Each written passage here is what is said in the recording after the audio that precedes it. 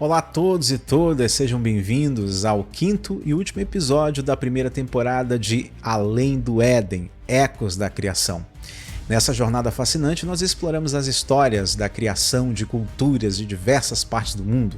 Falamos sobre os egípcios, os africanos, os tupi-guarani aqui no Brasil, os maori, cada uma delas ressoando de maneiras surpreendentes, algumas semelhanças com a narrativa bíblica. E hoje vamos nos aprofundar mais ainda, né? Nós vamos cruzar os continentes e também os milênios para nos aventurar na antiga China, uma civilização que se estende por mais de 5.000 anos e cuja influência pode ser sentida até hoje em toda a Ásia Oriental. É uma cultura rica e complexa, com uma mitologia e uma filosofia profundamente enraizada. Vamos explorar a história de Pangu, o gigante que nasceu do ovo cósmico, lembrou de Tupã, não foi? E criou o mundo do jeito que conhecemos hoje. Também nós vamos falar sobre Nua, ou Nuwa, na verdade se pronuncia Nua, que é a deusa que moldou os seres humanos e reparou os céus. Então vai se preparando para uma jornada pelo caos primordial, pela ordem cósmica e pelo sopro divino que um Deus dá a uma forma de barro que passa a ser um ser vivente. Sim, tem semelhança, já entreguei aí o doce para vocês. Bom, então vai se juntando a nós aí para a gente descobrir mais mistérios desse universo e se é uma conexão entre as narrativas dos povos sobre a criação de tudo e de todos. Será que estão contando a mesma história de maneiras diferentes? Enquanto eu solto a vinheta, você já deixa o seu like, comentário para ajudar no engajamento e se é novo, se inscreve e ativa o sininho.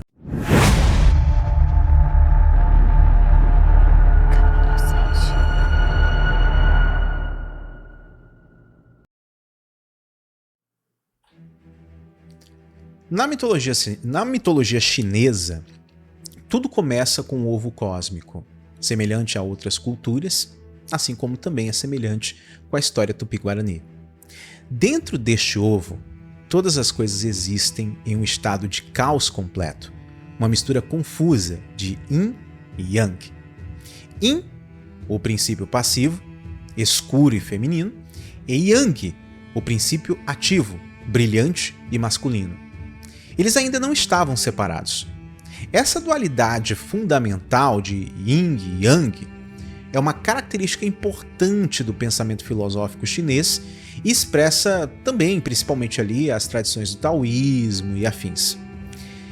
Segundo a lenda, depois de 18.000 anos, o ovo cósmico se quebrou e dentro dele emergiu Pangu, um gigante com um gigantesco machado.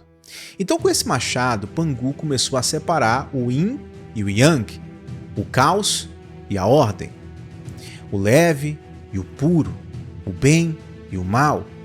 O Yang subiu para poder formar os céus, enquanto o pesado e impuro Yin desceu e acabou formando a terra e suas profundezas.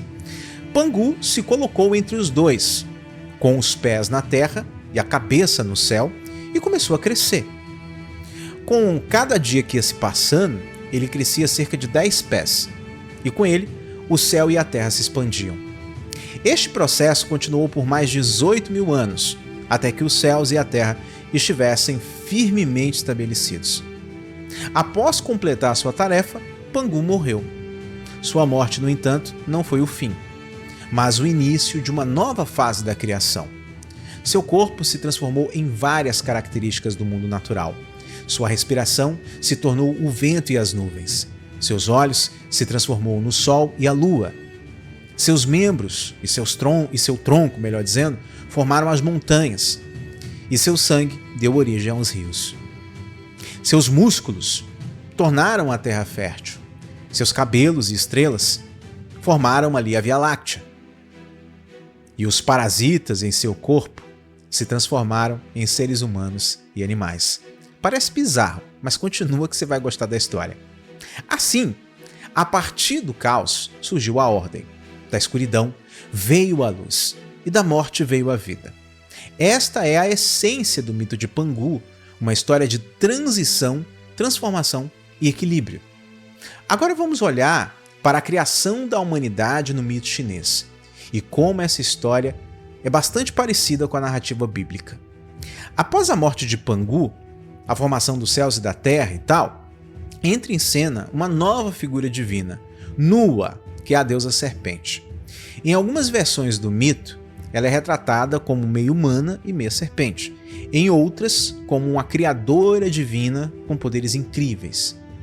Na tarefa de povoar a Terra, Nua começou a moldar os seres humanos a partir, adivinha de quê? Exatamente, do barro amarelo do rio Huang, colocando cuidadosamente cada figura ao longo das margens do rio para que eles se secassem no sol, né?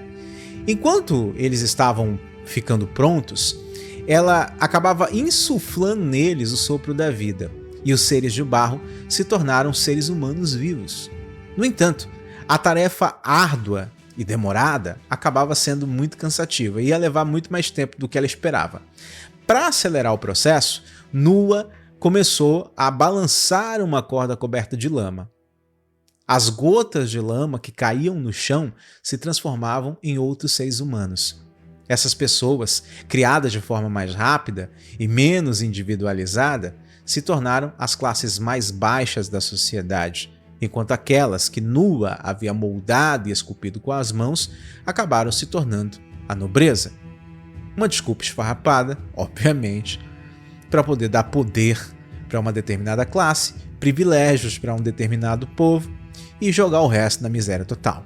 Mas, voltando ao assunto. Aqui temos uma diferença fundamental em relação à narrativa bíblica. No mito chinês, a humanidade é criada em duas fases, com uma distinção clara entre nobreza e o povo comum. É um reflexo da estrutura social hierárquica da antiga China, algo que não encontramos exatamente ali na narrativa bíblica. Além disso, a figura de Nua é interessante por ser uma criadora feminina. Isso contrasta com a maioria das criações, inclusive com a própria Bíblia, onde o criador geralmente é masculino. Mas, assim como no mito Maori, no mito Yorubá e no mito egípcio, a criação do ser humano a partir do barro é um tema comum e muito poderoso. Bem, agora que nós já exploramos a narrativa da criação do ser humano na mitologia chinesa, vamos nos aprofundar um pouco mais nas semelhanças e diferenças com a narrativa bíblica. Para começar, ambos os mitos envolvem o elemento divino moldando o homem a partir do barro. No Gênesis, Deus molda Adão a partir do pó da terra e insufla nele o sopro da vida, e de maneira similar, Nua molda os seres humanos a partir do barro do rio Hang e também lhes dá vida através de um sopro. Essa semelhança poderia ser vista como uma coincidência, ou poderia sugerir que há uma verdade universal ou um arquétipo compartilhado sobre a origem humana. Em outras palavras, alguma coisa aconteceu. Muitas culturas ao redor do mundo têm mitos de criação muito parecidos, muito similares, que envolvem o barro ou a terra. No entanto, há também diferenças importantes no mito chinês. Há uma distinção entre os primeiros seres humanos criados individualmente e aqueles que foram criados mais rapidamente, o que reflete a estrutura social hierárquica da China. Na narrativa bíblica, todos os seres humanos são descendentes de Adão e Eva, sem distinções e sem o que chamamos de classes sociais. Além disso, a narrativa chinesa apresenta uma divindade feminina como criadora da humanidade, enquanto a narrativa bíblica cita Deus, que é tipicamente entendido como um ser masculino. E quanto ao elemento da água, que aparece na maioria das culturas ali, que acaba gerando uma certa ligação com a Bíblia. Bom, como em muitos dos outros mitos que nós discutimos nessa série, a água também desempenha um papel fundamental na mitologia chinesa, não sei se você percebeu.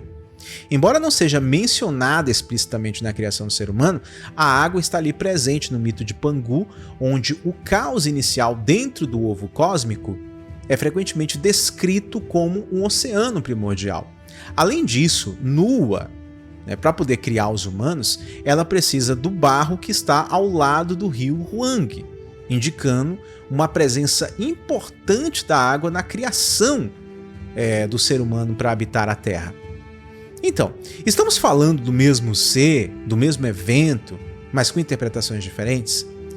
Isso é algo para vocês que estão assistindo pensarem e refletirem. O que é certo é que, apesar de muitas das diferenças culturais e geográficas, né, há também as semelhanças notáveis entre as histórias da criação ao redor do mundo. E por que existem tantos deuses diferentes que são atribuídos à criação do mundo? Sempre tem um superior e sempre tem outros deuses. E por que na Bíblia se usa a palavra Elohim, né, ali em Gênesis, né, para se referir a Deus? E Elohim é um plural, não é singular. E perceba que Deus fala façamos no plural. Por que ele não fala faça? Vou fazer o homem. Por que ele fala façamos? Será que está se referindo à Santíssima Trindade? Será? Bom, no livro que eu estou escrevendo eu explico isso direitinho. Em um dos livros aí que eu vou lançar em breve eu explico isso direitinho. É uma teoria minha chamada Deus o Arquiteto e os Anjos, ou aliens, como queiram chamar, os Pedreiros. Enfim, vai ficar para quem quiser se aprofundar no livro, tá bom? E assim chegamos ao fim do último episódio da primeira temporada de Além do Éden, Ecos da Criação. Foi uma jornada fascinante, né? Pelo menos para mim, não sei para vocês, e eu espero que vocês tenham gostado assim como eu. Lembre-se, o livro que eu estou escrevendo, onde eu faço uma comparação mais aprofundada desses mitos com a teoria dos antigos astronautas, ou seja, teoria extraterrestre, estará disponível em breve. Fiquem atentos.